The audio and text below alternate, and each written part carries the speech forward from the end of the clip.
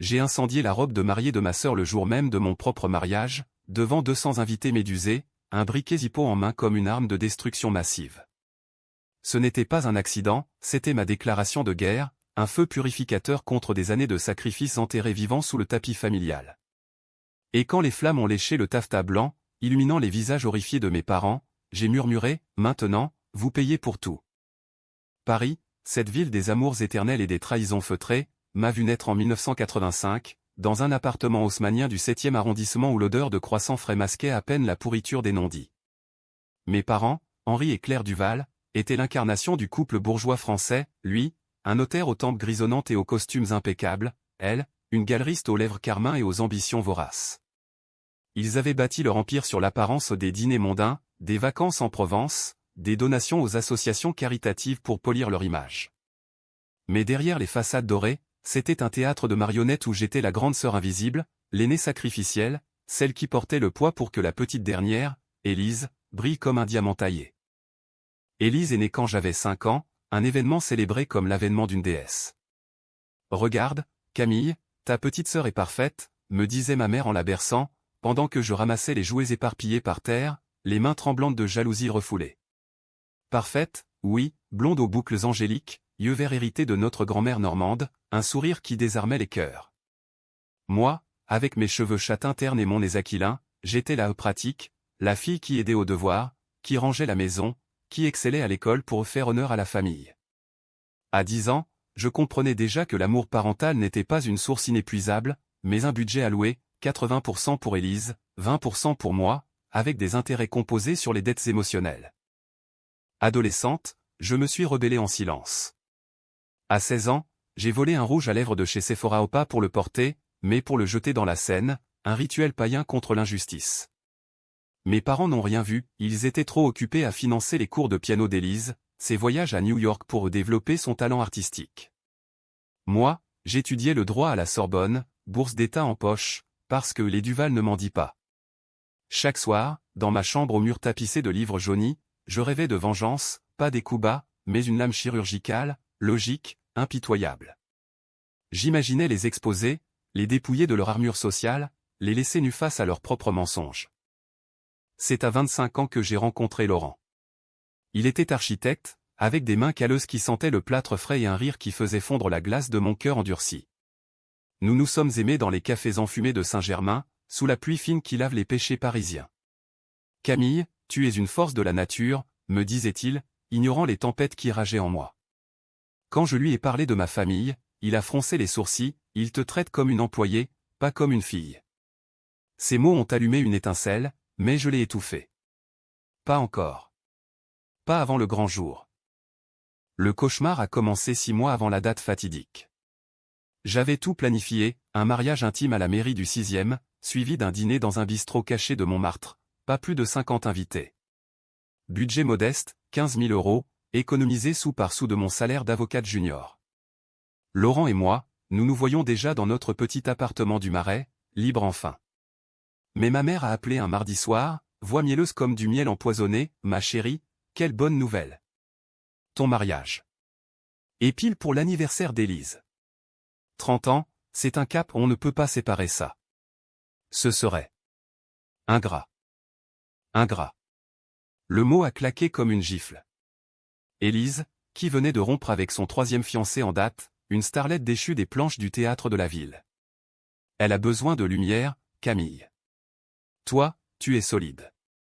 Et puis, on fusionne les fêtes, économie, joie partagée. Papa et moi, on s'occupe de tout. J'ai protesté, voix chevrotante, maman, c'est MON mariage. Pas un anniversaire bis. Silence, puis, ne sois pas égoïste. Élise est fragile. Et toi? Tu nous dois bien ça, après tout ce qu'on a fait pour toi. Ce qu'ils avaient fait?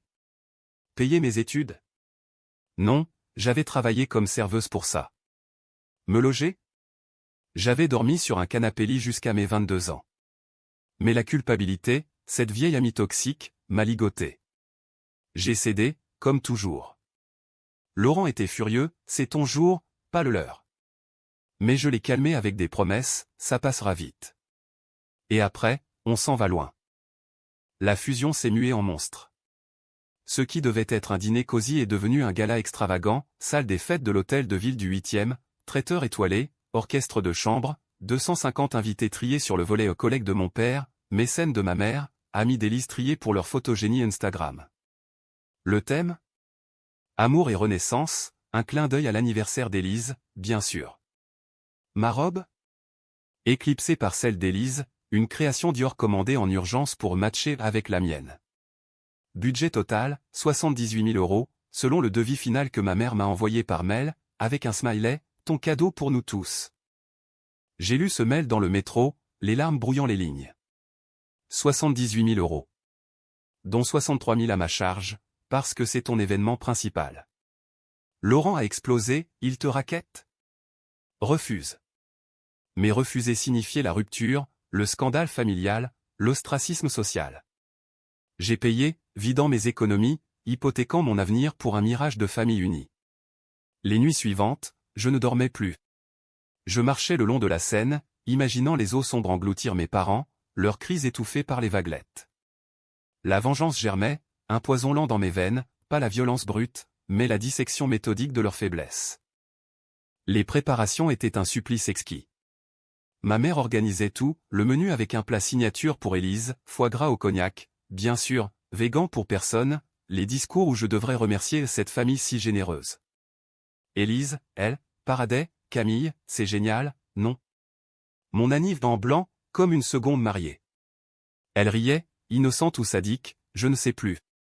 À 30 ans, elle vivait encore chez nos parents, peignant des toiles abstraites que personne n'achetait, collectionnant les amants comme des trophées éphémères. Moi, j'étais l'adulte, l'esclave consentante. Laurent sentait ma fracture. Camille, arrête ça. On élope, on part en Bretagne. Mais la honte me retenait, cette toile d'araignée tissée depuis l'enfance. Je commençais à compiler des dossiers, factures falsifiées par mon père pour ses maîtresses, tableaux surévalués vendus par ma mère à des collectionneurs complices.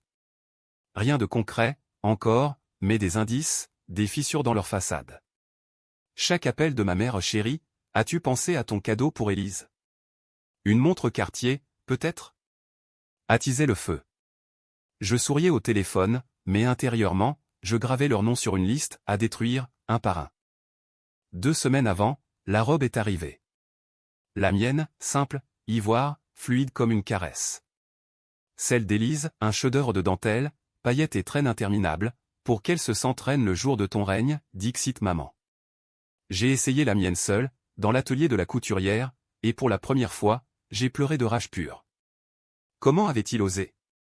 Ce n'était plus un mariage, c'était un enterrement de mon autonomie, un sacrifice sur l'autel de leur narcissisme familial. Les jours précédant le grand jour se sont mués en un brouillard de préparatifs où chaque détail était une aiguille piquant ma peau. J'allais au bureau le matin, plaidant des causes perdues pour des clients désespérés ou ironie du sort, car la mienne était la plus désespérée. Avocate en droit familial, je voyais défiler des divorces sanglants, des gardes partagés arrachés comme des lambeaux de chair. Madame Duval, vous comprenez la toxicité parentale, demandai-je à une mère en larmes. Elle hochait la tête, et je me retenais de lui dire, moi aussi, mais je suis piégé dedans. Laurent essayait de me sauver. Il cuisinait des ratatouilles fumantes, me massait les épaules nouées, me parlait de notre futur, une maison en pierre dans le Luberon, des enfants courant dans les vignes. Oublie-les, Camille. C'est nous contre le monde. Mais le monde, pour moi, était ce cocon parisien où l'honneur familial valait plus que l'air respiré. J'ai commencé à boire un verre de chardonnay le soir, puis 2, puis la bouteille entière pour noyer les visions de la cérémonie. Élise, en robe blanche immaculée, trônant à la table d'honneur pendant que je signais mon acte de mariage en arrière-plan. Un soir, j'ai craqué. Appel à 2 heures du matin chez mes parents. Maman, annulez l'anniversaire. C'est mon jour. Voix ensommeillée, puis tranchante, Camille, tu es hystérique. Papa dit que c'est du chantage émotionnel. Dors, ça ira mieux demain. Chantage ? C'était eux qui me tenaient en otage. J'ai raccroché, le combiné tremblant, et j'ai ouvert mon ordinateur. Recherche, comment ruiner une réputation bourgeoise à Paris. Des forums anonymes, des conseils de vengeance froide, exposer les secrets fiscaux, ligue des mailles intimes, saboter les réseaux sociaux. Mais j'allais plus loin. J'ai contacté un détective privé, un ancien flic aux yeux froids, pour 2000 € que j'ai emprunté à Laurent. Fouillé mon père. Maîtresse, fraude, tout. Les rapports sont arrivés par bribes. Henri Duval, notaire intègre. Une liaison avec sa secrétaire depuis 10 ans, des chèques consulting pour des villas offshore. Claire. Des commissions occultes sur des ventes d'art, un réseau de faux experts. Élise. Des dettes de jeux en ligne, masquées par des prêts familiaux. Chaque ligne était une balle dans ma chambre à munitions. Mais je ne tirais pas encore. Pas avant le jour J. Au lieu de ça, je souriais aux essayages finaux, complimentais la robe d'Élise, tu seras éblouissante. Elle rougissait, touchée, ignorant le venin dans mes veines. La veille, répétition générale chez mes parents. Leur appartement, un musée de bibelots chinés, puis l'hypocrisie. Mon père, verre de Bordeaux en main, m'a prise à part, Camille, fière de toi. Mais souviens-toi, ce mariage, c'est aussi pour la famille. Pas d'esclandre. Son regard, ce regard de notaire qui pèse les âmes comme des actes notariés. J'ai hoché la tête, mais intérieurement, je jurais, tu regretteras. Ma mère, virevoltante en tailleur Chanel, a distribué les rôles, moi, la mariée discrète, Élise, l'étoile invitée. Laurent, exclu des décisions, bouillonnait en silence.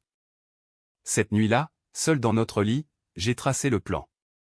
Phase 1, le feu symbolique. J'ai glissé le briquet dans ma pochette, acheté des allumettes phosphoreuses. Phase 2, l'hélix, programmé sur un timer pour minuit pile, jour J émet aux collègues de papa, posts anonymes sur les forums d'art pour maman, alerte aux créanciers pour Élise. Phase 3, la fuite. Laurent et moi, en avion pour Lisbonne à l'aube suivante, billets déjà pris. C'était logique, chirurgical, pas de sang, juste l'hémorragie de leur prestige. Le matin du mariage, Paris s'éveillait sous un soleil implacable, comme si le ciel conspirait à l'ironie. Je me suis maquillé devant le miroir, lèvres rouges comme du sang frais, yeux soulignés de colle pour masquer les cernes. Laurent m'a embrassé, aujourd'hui, tu es à moi. Pas à eux. Nous sommes partis pour la mairie, ma main dans la sienne, un îlot de paix dans la tempête. La salle des fêtes était un carnaval, ballons roses et blancs entremêlés, table fleurie de roses éternelles, un panneau joyeux anniversaire Élise et félicitations Camille et Laurent et qui me donnait la nausée. Les invités arrivaient en cascade, oncle bedonnant en smoking, tante parfumée au Chanel numéro 5, amie d'Élise en tenues excentriques. Mes parents rayonnaient au centre, toast en main. À l'amour et à la famille, clamait papa, ignorant que l'amour était un leurre, la famille un piège. La cérémonie civile a été un blur, signature, anneau glissé, baiser volé. Laurent me regardait comme si j'étais la scène elle-même, profonde et mystérieuse. Puis, le dîner. Élise est entrée en apothéose, robe scintillant sous les lustres, traîne balayant le sol comme une reine en exil. Applaudissements tonitruants. Moi, assise à la table des mariés, reléguée au bout, pendant qu'Élise trônait au milieu, discours en son honneur fusant de toutes parts. À Élise, notre joyau. Et à Camille, qui rend tout possible. J'ai souri, vers levé, mais mes ongles s'enfonçaient dans ma paume jusqu'au sang. Le moment est venu pendant le gâteau. Un monstre à 7 étages, blanc crème, orné de fleurs comestibles et d'une figurine, mariée et anniversaire girl main dans la main. Ma mère a annoncé, Camille va couper, en l'honneur d'Élise. Les flashs crépitaient. J'ai pris le couteau, Laurent à mes côtés. Puis, feignant un faux pas, j'ai trébuché vers la table d'Élise, où sa robe était drapée sur une chaise. Le briquet a jailli, flamme bleue léchant le tissu. Oh non, ai-je crié, théâtral, tandis que le feu prenait, rapide comme une vengeance longtemps attendue. Hurlement. Panique.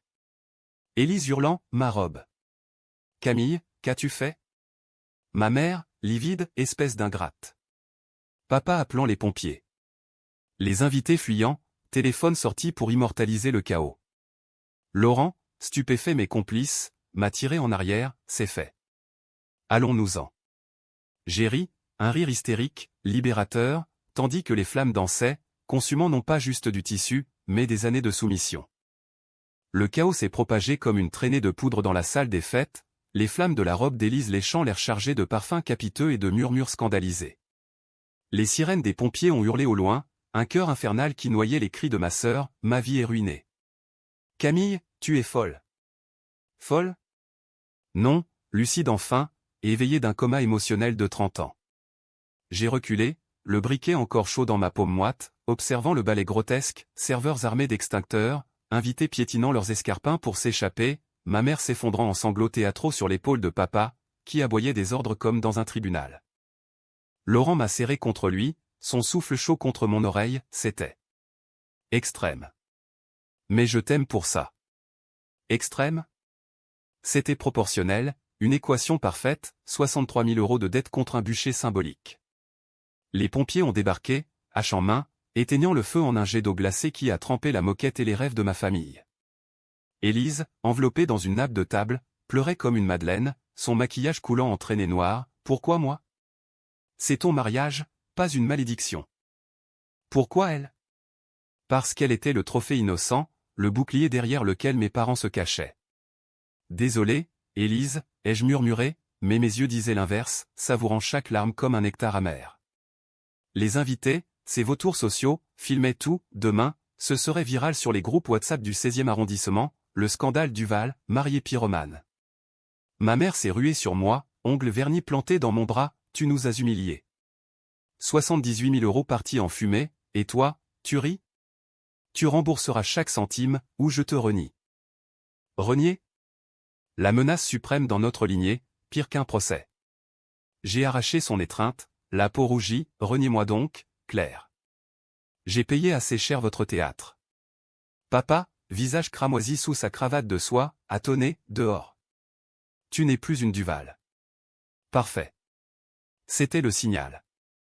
À minuit, comme programmé, les leaks ont fusé, un mail collectif au notaire parisien, détaillant les fraudes d'Henri, un trade anonyme sur Artforum, exposant les surfacturations de Claire, des alertes aux huissiers pour les dettes d'Élise, avec preuve à l'appui.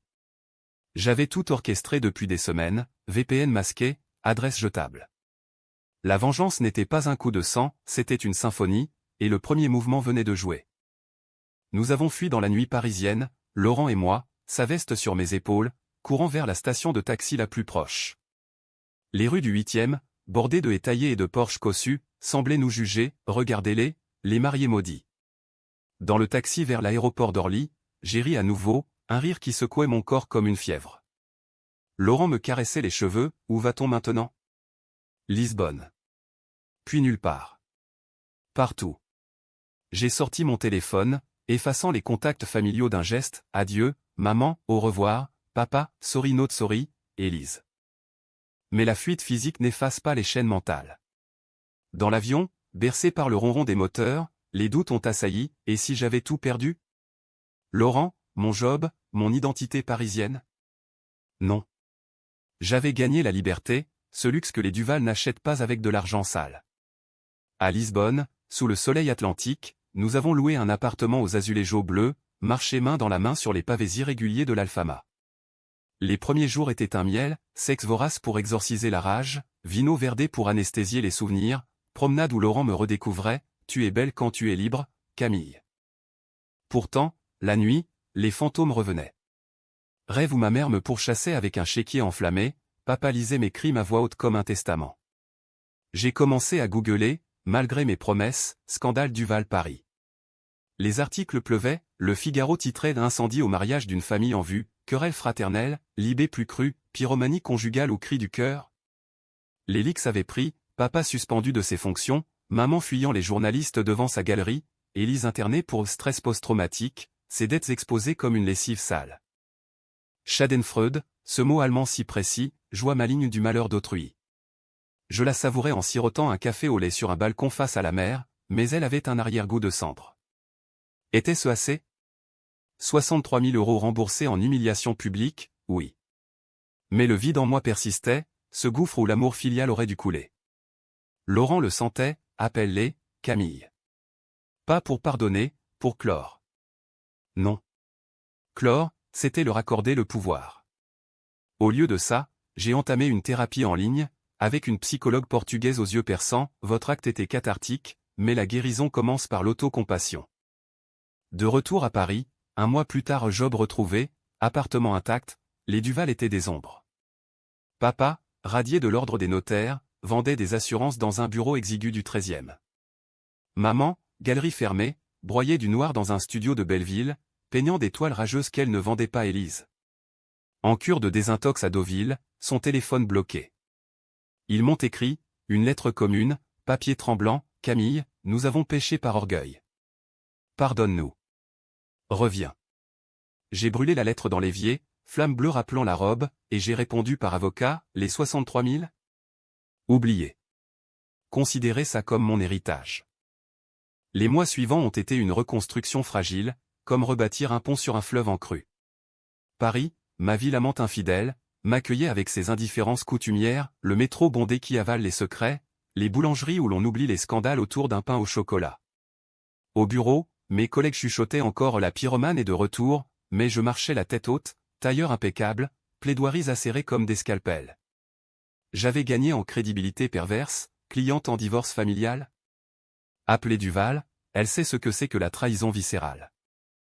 Laurent et moi, nous nous marions à nouveau, en petit comité cette fois, mairie du Marais, pique-nique au canal Saint-Martin avec une dizaine d'amis vrais. Pas de gâteau monstrueux, juste un carreau cake maison, pas de robe pailletée, que des jeans et des sourires sincères. Cette fois, c'est nous, murmurait-il en glissant l'anneau, et je croyais enfin à cette vérité. Mais les Duval rôdaient, spectres insistants. Un appel d'Élise, voix brisée depuis Deauville, Camille, je suis clean. Les dettes. C'était la dépression. Pardonne-moi d'avoir été leur poupée. Pardonner ?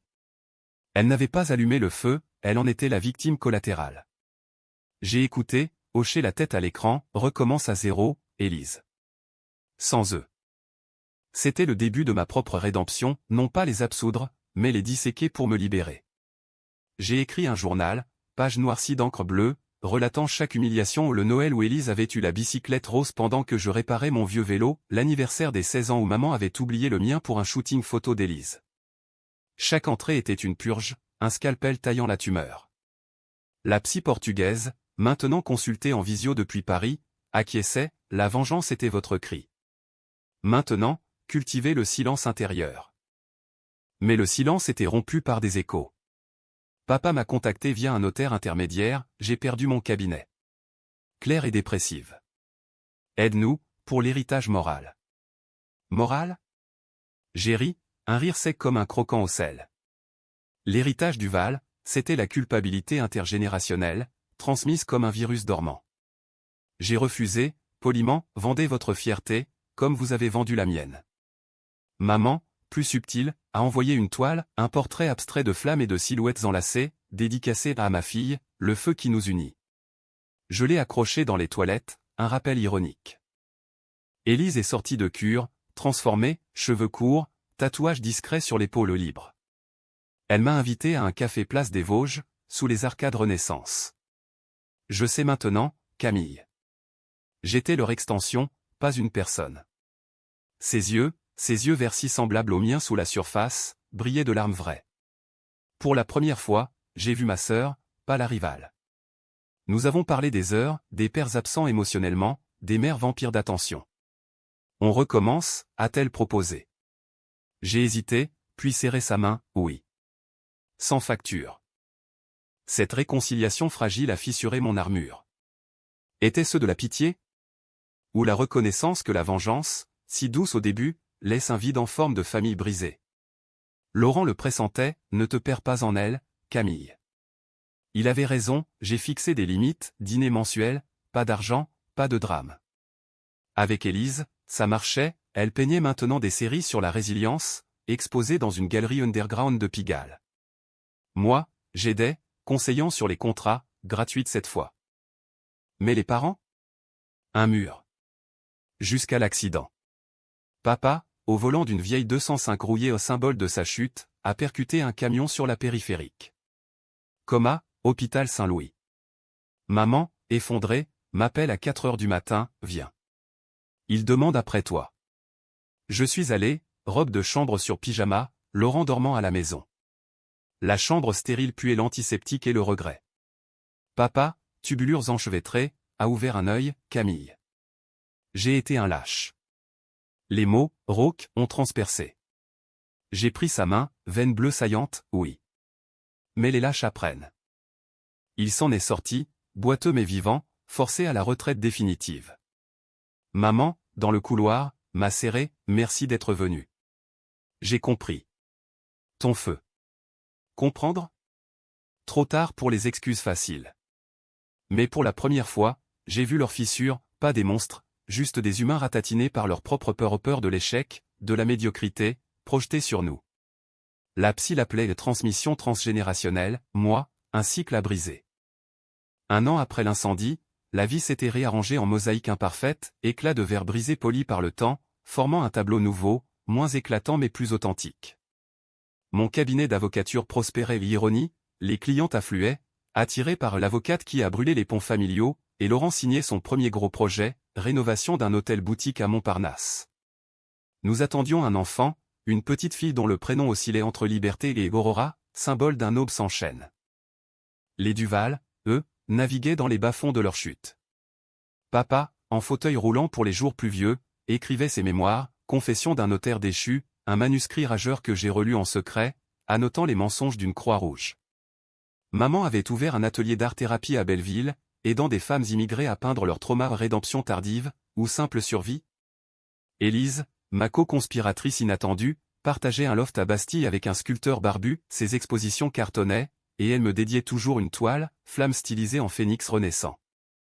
Notre trêve familiale était précaire, comme un cessez-le-feu après une guerre civile. Dîner dominicaux chez nous, dans notre appartement du Marais aux murs blancs et aux plantes grimpantes. Pas de cadeaux ostentatoires, juste des plats mijotés, blanquettes de veau pour papa, salade niçoise pour maman, et Élise qui riait de mes blagues acides. Tu sais, Camille, ton feu m'a sauvé, avouait-elle un soir, vin rouge aux lèvres. J'étais leur prisonnière dorée. Maintenant, je vole. Voler, ce verbe m'emplissait de fierté sororale, un sentiment neuf, non entaché de jalousie. Pourtant, les ombres persistaient. Un soir, après un dîner tendu où papa avait remué le passé aux 63 000 €, Camille, c'était pour ton bien, j'ai craqué en privé. Laurent m'a trouvé recroquevillé sur le sol de la salle de bain, sanglots étouffés dans une serviette. C'est pas fini, hein? Ils me hanteront toujours. Il m'a relevé, doux comme un roc, si, parce que tu choisis de les laisser partir.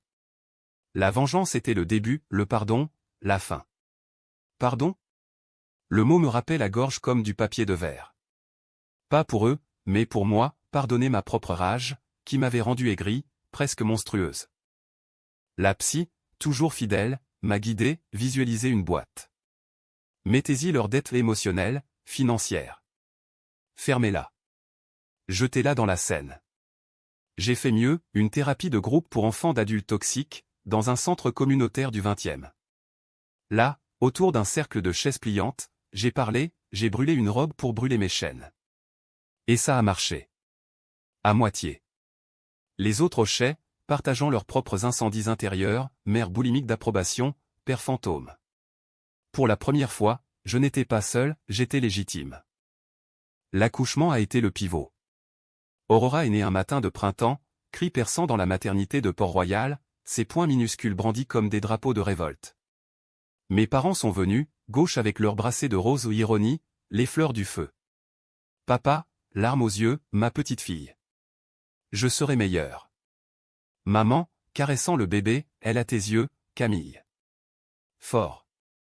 Élise, tata exubérante, a peint son berceau d'étoiles filantes.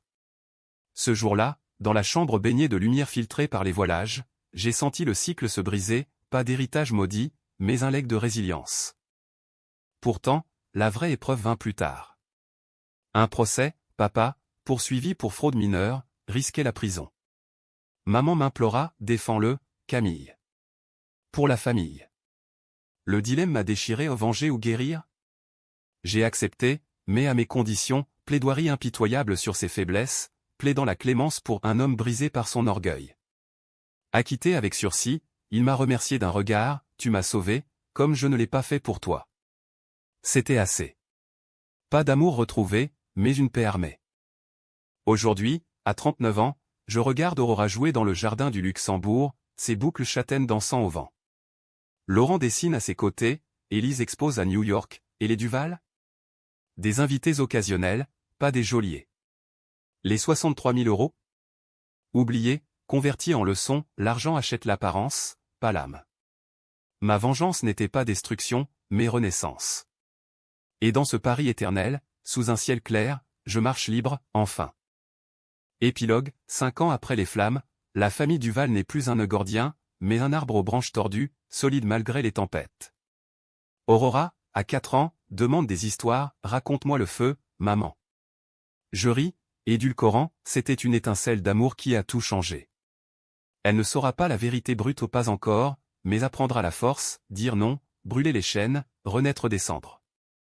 Papa, maintenant grand-père gâteux, pousse son fauteuil dans les allées du parc, contant à Aurora des blagues de notaire ringarde. Les contrats, ma chérie, c'est comme les câlins, il faut les renouveler.